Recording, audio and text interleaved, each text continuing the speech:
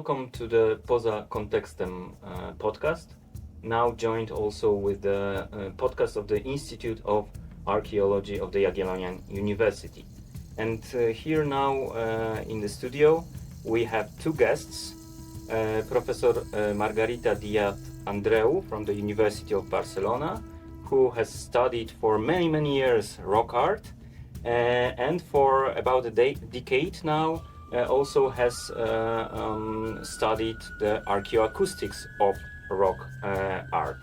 And her work in this field has been acknowledged by the ERC Advanced Research Grant, the Art Soundscape project, the sound of special places, exploring rock art, soundscapes and the sacred. Hello, Marga. Hello.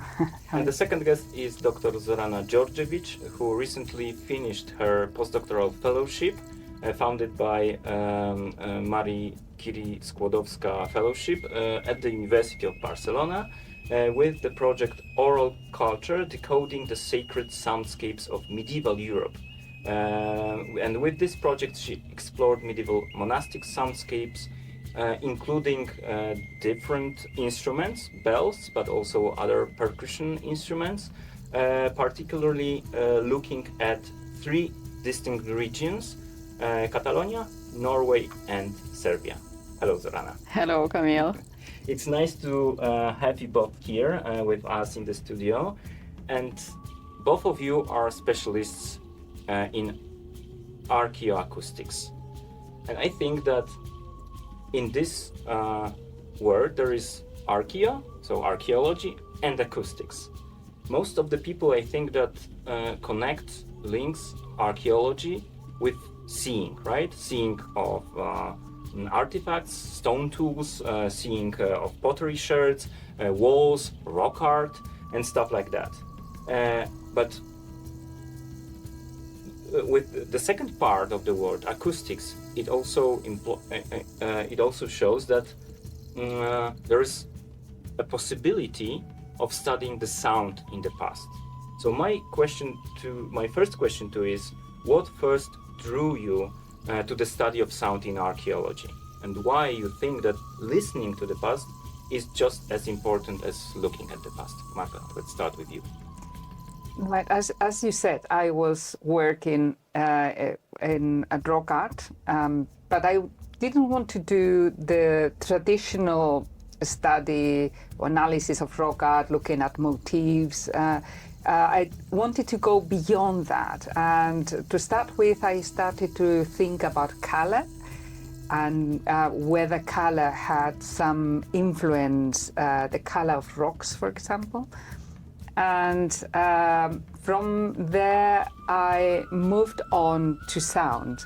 So what I was looking for was a very different way of challenging the studies of rock art and looking at rock art in a very different way to what was traditional. Zorana? Well, I have my master's in architecture, but then when I started my PhD, it was history and philosophy of natural sciences and technology. And there I wanted to connect architecture and acoustics and to look into the history of that relationship. But somewhere in the midway, I became aware of the archeoacoustic studies. And to be honest, I started with archeoacoustic studies of prehistorical caves. Given that I wanted to involve the field work and to learn how to do it, and in Serbia we don't have many opportunities to do prehistoric sites and even ancient sites. So I focused on medieval churches, right? And also I investigated medieval churches as part of my master thesis, so it was kind of connected. Mm-hmm. And that was my first archeoacoustic study. And from that moment, I just continued the work that developed even outdoors. I was not looking only indoor acoustics, but also outdoors, open air acoustics. Yeah, and I think that still, even for the people who are very interested in archaeology, in the study of the past, archeoacoustics may sound very exotic, very new. So how would you explain in very plain words what archeoacoustics actually is? Marga, let's start with you. Very simple is the study of sound and music in the past. That's the very simple answer. And Zorana, would you add something to that, or you think that this... No, I agree. I mean, it's a really broad term, if you ask me. And that was one of my particular challenges during PhD, to really define it, because back then, like 10 years ago or 15, it was really difficult to find many studies in one particular period. Because we had some studies just all around, some studies from prehistory, just a little bit from churches, medieval churches or later periods. But now I think situation is a bit different. And we now see more clearly that umbrella that actually connects archaeology and sound.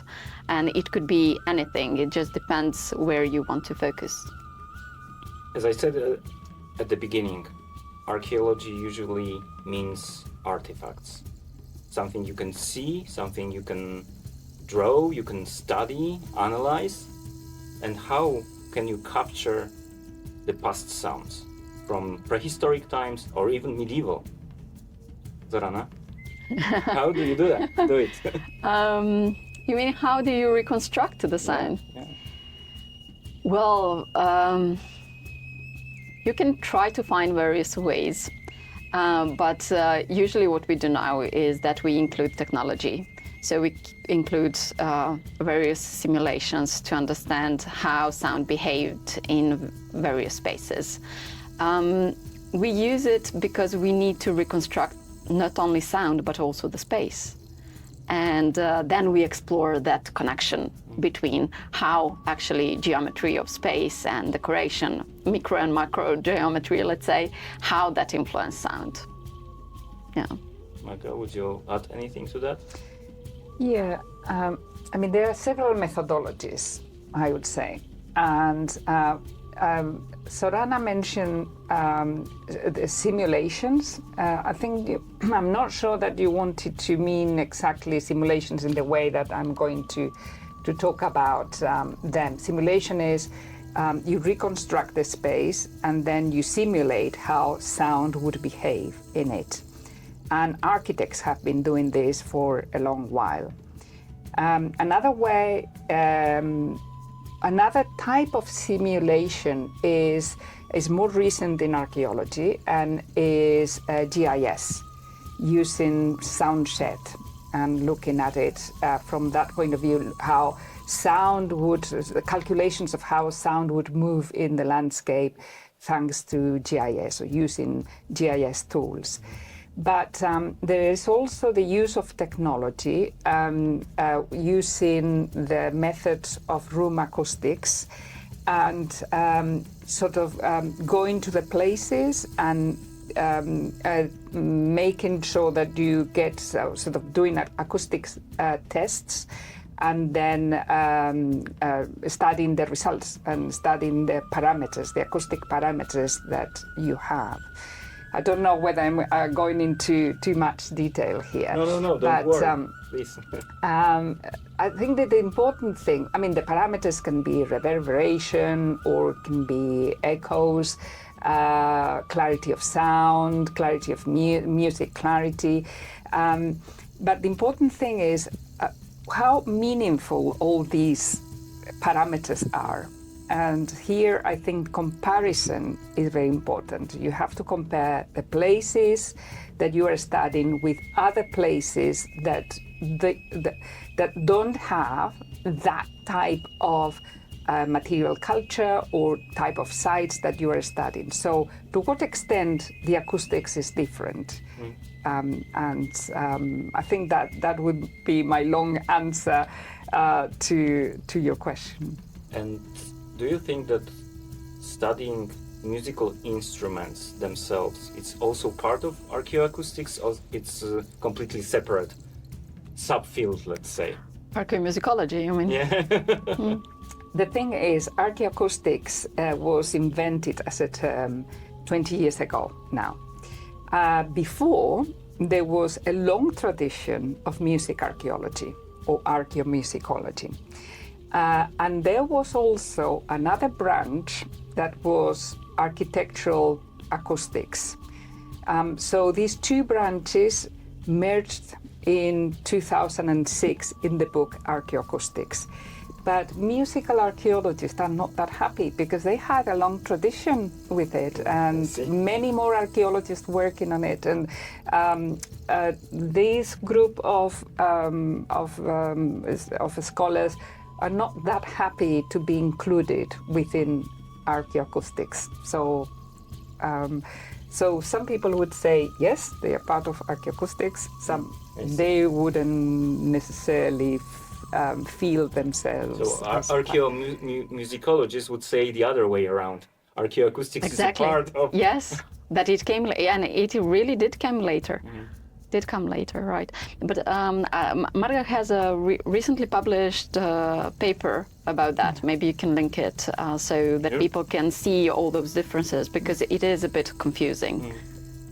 Well, it's always with new subfields, right? It's kind of a bargain, trying to new things, trying to distinguish yourself from previous subfields. So I think that it's something that it's very natural to do, right? In the academic environment, at least.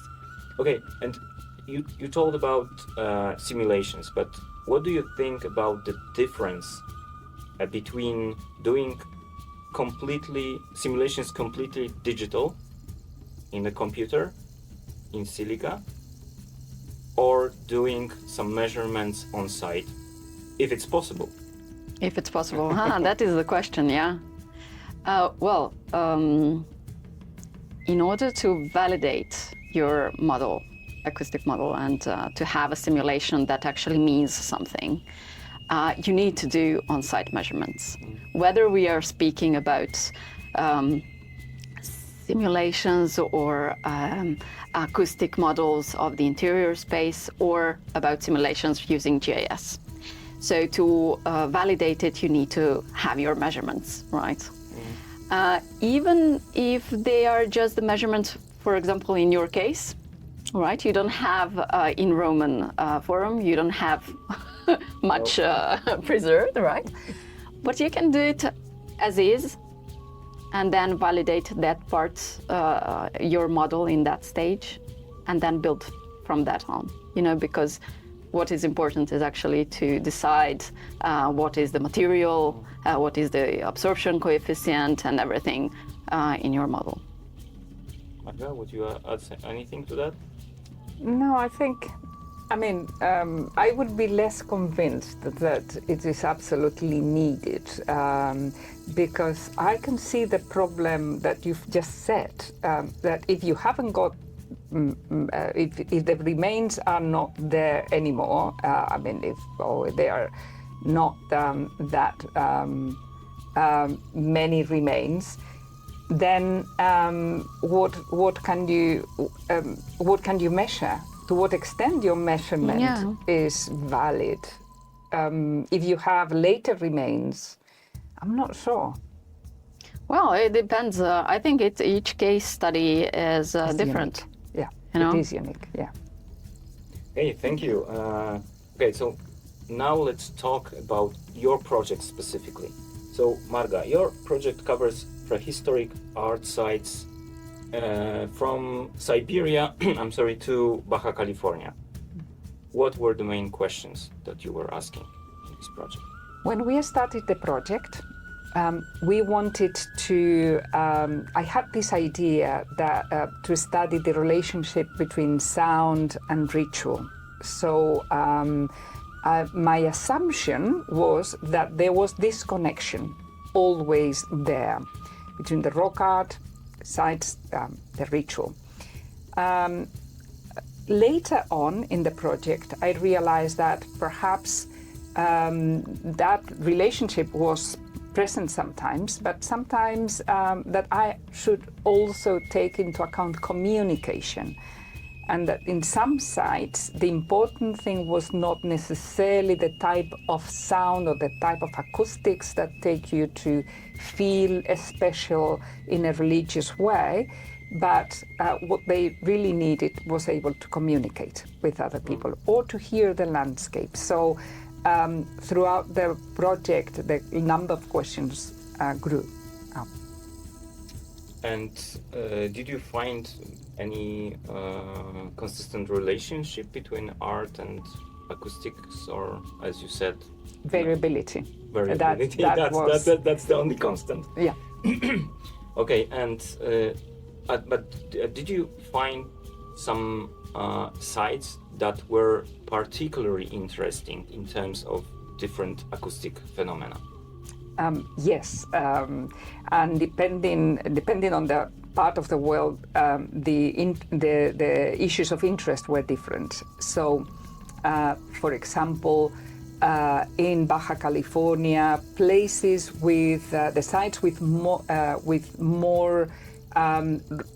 rock art motifs were placed in places in the landscape where the acoustics of the space was more reverberant, more that made people feel, and we also checked that with psychoacoustics in a special way, in a more sort of community way.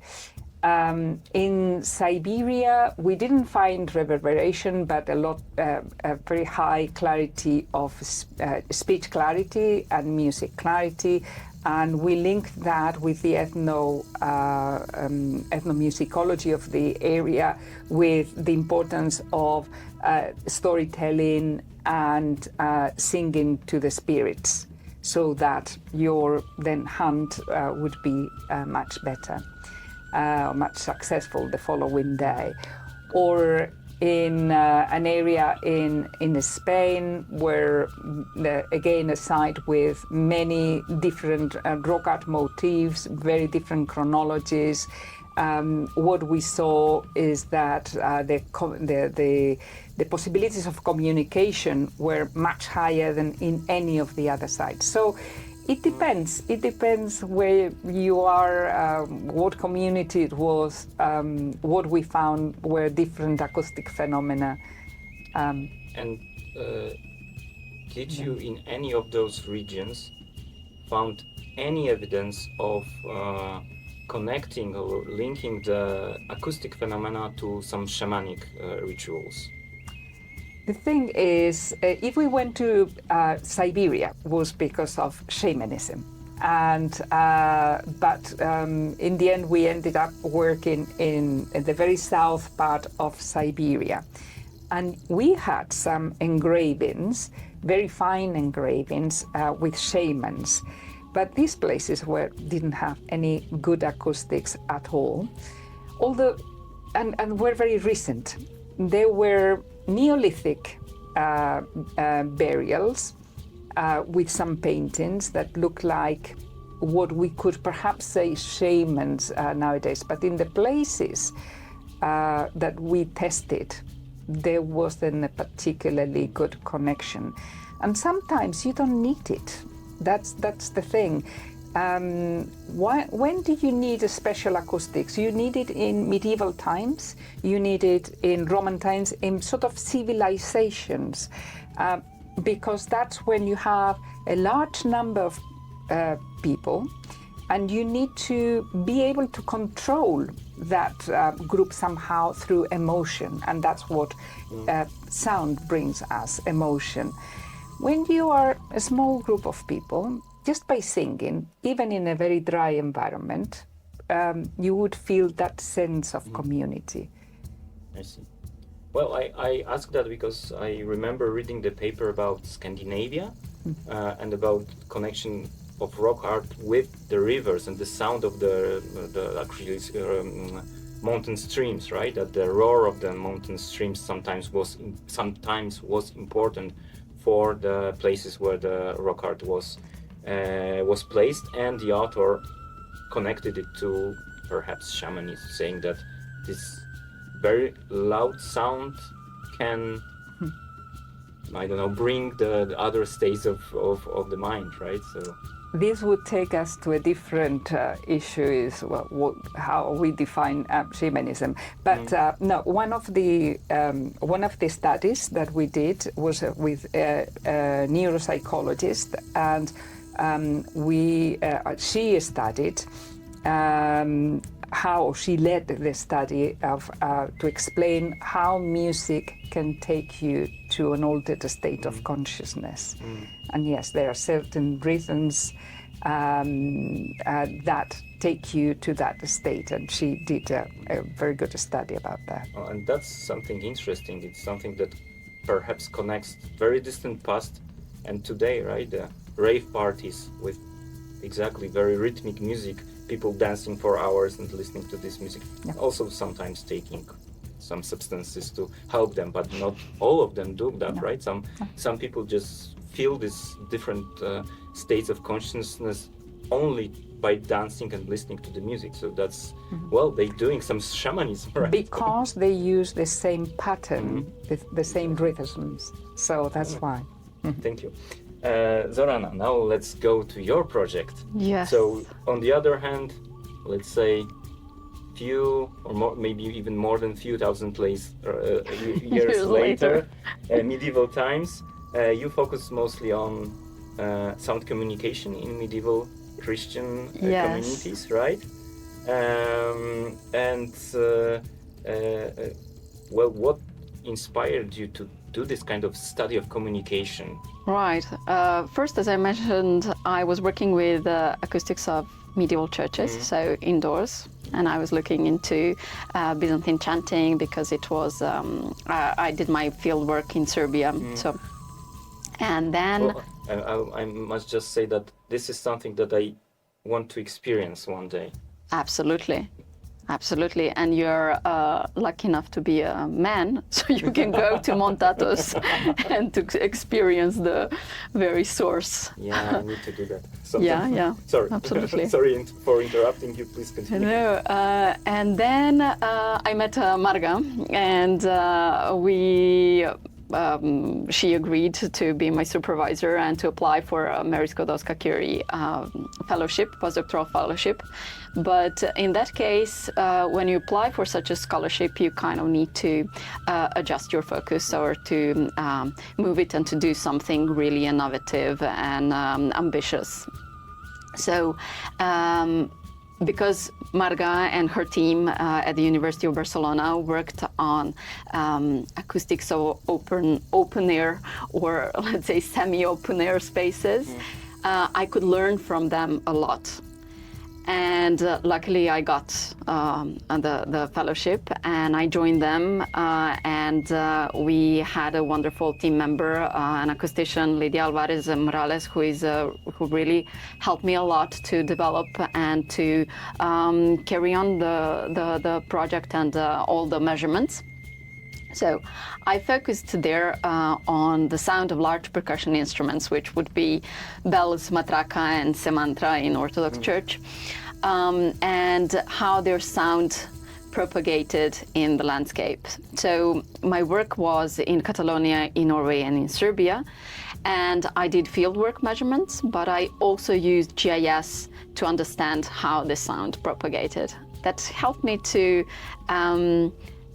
pinpoint the problems, you know, like how limited the tools we have are, you know, and so at this point I consider my fellowship and my project, although it was brilliant, I think, we had, it's mine. I really love the results and I love that project, but I still do consider it like a first step, because I can see that the importance of all the questions I developed there and how it can evolve further. And by any chance, did you read the book by Corbin? Of course. Yeah, and yes. did it influence you a lot? Because yes, it's very interesting, this kind of yeah. communication aspect of bells, like in the community, right? Yes. Also. Yes, absolutely. I mean, and the key point there, although he's talking and researching from 19th century, okay, but the key point is that bells were not, I mean, if you think of medieval period, you didn't have immediate communication by any other way, only by bells. And by bells, you could transmit, or other large percussion instruments, but they're like, let's say, the resolution of their sound is smaller. So by bells, you could transmit important messages to really wide distances. And what kind of messages were that?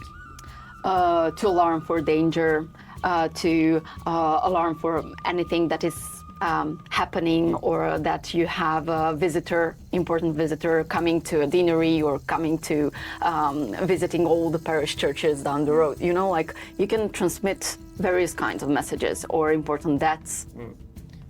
I imagine that also there was kind of religious communications with bells, right?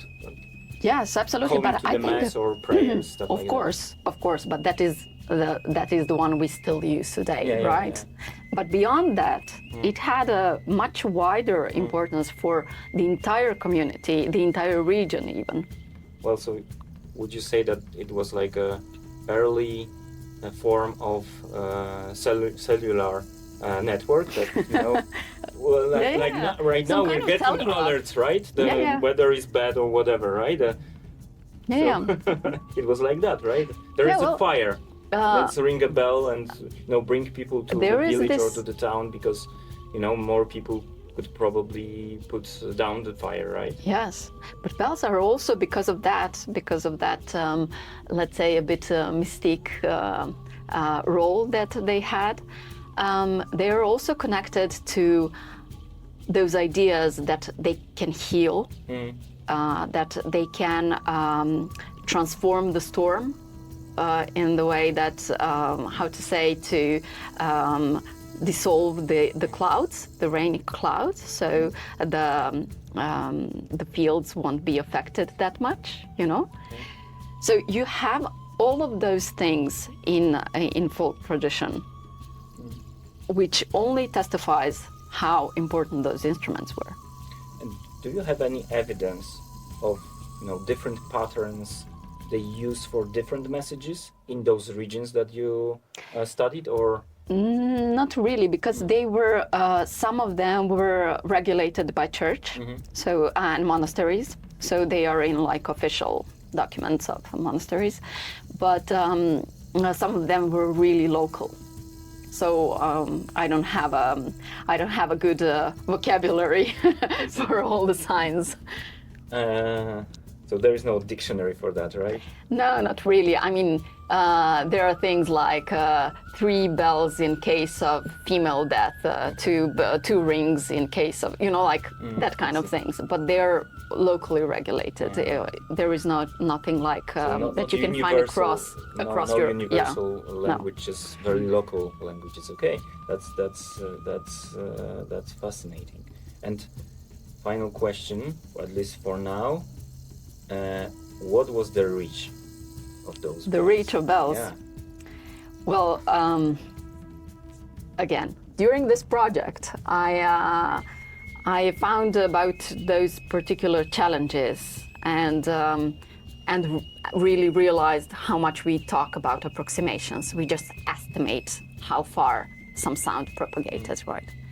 And especially with the tools that we have that are at this time outdated, you know, like we really need new tools.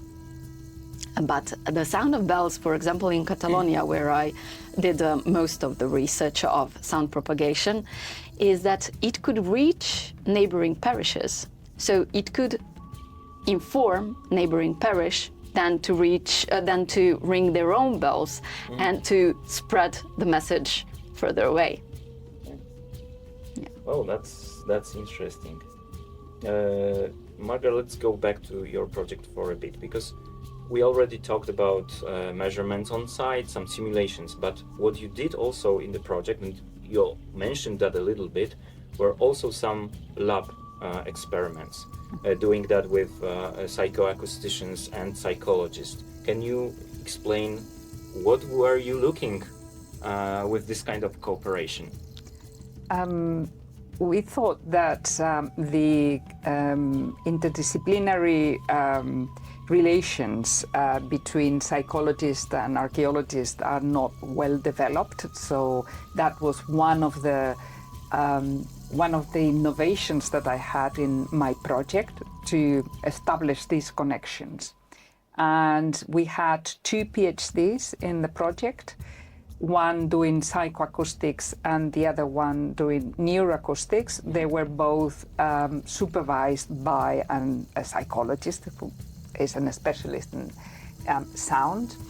And what they did was to use the sounds that we had recorded in the sites, and then do lab experiments. You cannot take people to the sites because, you know, you're not going to take people to Siberia. Impossible. That would be too expensive. And so a lab was built with several loudspeakers, so that we could recreate the sound in that particular site. Then there was a debate. What sound should we play? Because of course we don't know the sounds that once upon a time were being heard in that place, or even music. So there was a debate about this. They started working with Christian music, but then they went to the ethnomusicologists, were a bit unhappy in the project, so they decided to go to natural sounds. And the issue in psychoacoustics was to ask people a series of questions of how they felt, if they felt calmer or more anxious about some sounds, depending, of course, again, there was the comparative issue. And the results in both Siberia and in Valencia, they were more, they mainly sort of backed up what we had found, or what we were saying with the acoustic analysis. So the sites were special. Also, these particular sites with more rock art were special in comparison with other sites. And did you find, with this cooperation, did you find anything that you were not looking for, but because of the background of people that you were working with, you know, they said, but well, we should also look into that or that you didn't didn't think about earlier? The thing is, not necessarily, but because the first thing was to establish a common vocabulary. And it wasn't easy, because they had never worked with archaeologists and we had never worked with psychologists. So in order for them to understand what our project was, and vice versa, there was some training or some months that we worked together. Then for me, what was new is their way of working. I would have never thought, but it was because of my ignorance in a way, that they do this for theaters and so on, sort of looking at how people feel and what their reactions are.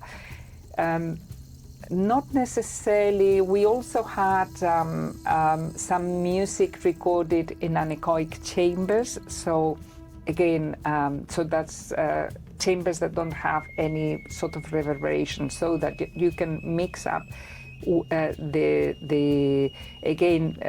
sound that you have recorded in the sites and melodies or instruments and so on. So for me, more than that they told me new issues, it was a way, I mean, everything was new for me in a way.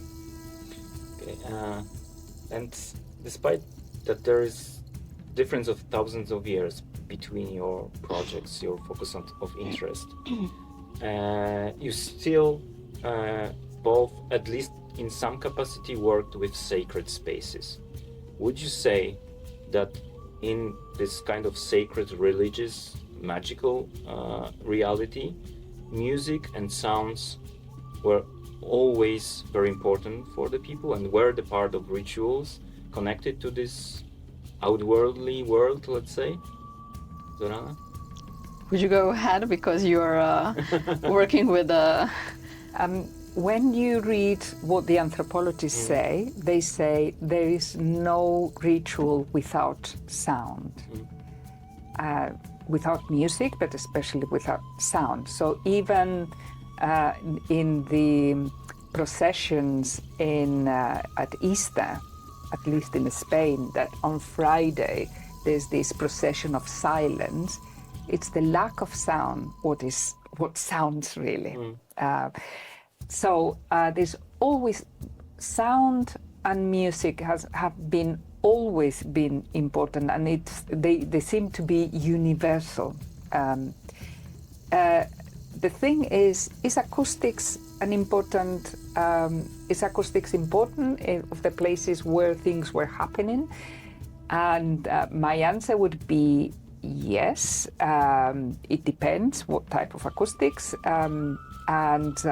and also another way of answering it would be there is no distinction in pre-state societies and even a bit later between what is religion and what is sort of civic understanding of the world, because both of them are the same, are sort of completely meshed up. Well, yes, I agree with all of that. And I also think that in sacred spaces, people are more attentive. So you can more feel and be aware of sounds, let's say. Also in medieval period, the situation is completely different, of course, from prehistoric, because we do have sources saying that the builders were paying attention to our acoustics, and they tried to modify it in the ways. It's disputable how effectively, of course, but it was a topic. There is this one thing why I think sound was, all the time when I talk about sound in sacred spaces, I have in my mind a picture of medieval church that is still active today. So we know how the ritual actually looks like, and we know what sounds actually filled those spaces. And it is not that intuitive to understand how sound behaves in space. So when you have a dome or when you have concave elements in architecture, you don't see the sound reflections, but you do have this acoustic effect that is really not intuitive. For example, you have many modern not many, but you have some examples, maybe you experience that, of modern buildings with domes outdoors, for example, and you stand under the dome and you can feel something is changing. You cannot pinpoint what actually is happening with sound around you, but you want to explore, you want something to... So when you have this religious experience, and you have this, for example, in Orthodox Church, it was this idea that heavenly and earthly liturgies are concelebrated, they're celebrated at the same time.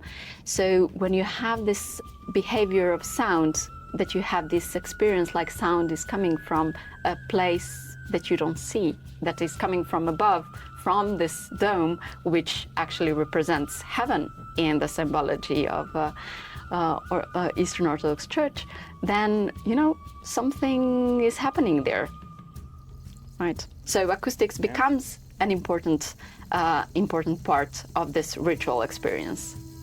And if you were to pinpoint just one discovery within your projects that was very surprising for you, what would you pinpoint to? That's a difficult question. There were so many of them. Yeah, exactly. We worked in so many places, in so many different issues. I don't know. I guess that the work in Valencia, I really liked it at the end. The connection between aggregation sites and sound, how sound was used. I really like that paper, but I don't know, there were many others. Oh yeah, I have my favorite one, the last one. And that really surprised me because, you expect when you use a tool, for example, for sound propagation in GIS, right? You kind of expect that works, and you do the simulation and it works and it really corresponds to what you measured and recorded in the field. But then we had a situation where we had a really noisy river and we were standing on the bridge measuring the bells and we could hear them like normally. You can hear the bells. But then sound level meter didn't show almost anything because background noise was too high. So theoretically, we shouldn't hear those bells at that place. But the thing is that with bells, because they are so familiar, not only sound, but also the rhythmic pattern that you mentioned, we can hear them apparently much lower than the background noise. And that is the thing I'm working on I'm working on right now to do the lab experiments, those psychoacoustic, because that is the thing we are missing and that Marga had on her project, which is wonderful, to have that psychoacoustic element. Because we don't want to talk only about acoustic parameters, especially like researchers coming from humanities. We really need that, how people really experience those sounds. So in case of bells, that really surprised me. But it's not just a little bit below the background noise. Our preliminary tests showed about 20 decibels below the background noise. That's a lot. Yeah. That's a lot. So it means that, yeah. Well, yeah, it is. So it means you can be really, really far away and still hear perceive that pattern of bells. Well, yeah, and that is fascinating. Okay, to wrap things up, I would ask you the final question, and obviously it's about the future. I won't ask you about, your future projects or ideas for the projects, but what do you think is the future for archaeoacoustics? And Zorana already told that we need some new tools, but besides that, what you think that the future brings? Yes, I can start because I already kind of started with the last answer, is that I really think that we need to enlarge this field by involving researchers from other disciplines in the first place from psychoacoustics. So that would be like psychologists and also neuropsychologists, because the real question that we are asking is like how all of that affects humans, right? What I would say is that what the archaeoacoustics need is to be accepted into the discipline, because up till now, there hasn't been anybody with such a specialization getting into sort of an archaeological department, so on. So it used to be, it has been the case that some people with this specialization either have done things before and then they change and start doing archaeoacoustics, or PhD students move to work in departments of musicology, or I don't know, other. If they come from architecture, then they work in faculties of architecture and so on. So archaeology still needs to accept archaeoacoustics as part of as a field that needs to be included as one more into the specializations to be taught also to students. Well, thank you. I think that this is the the wonderful ending. Well, let's hope that it happens then. Thank you so much. Thank you, to you. Camille.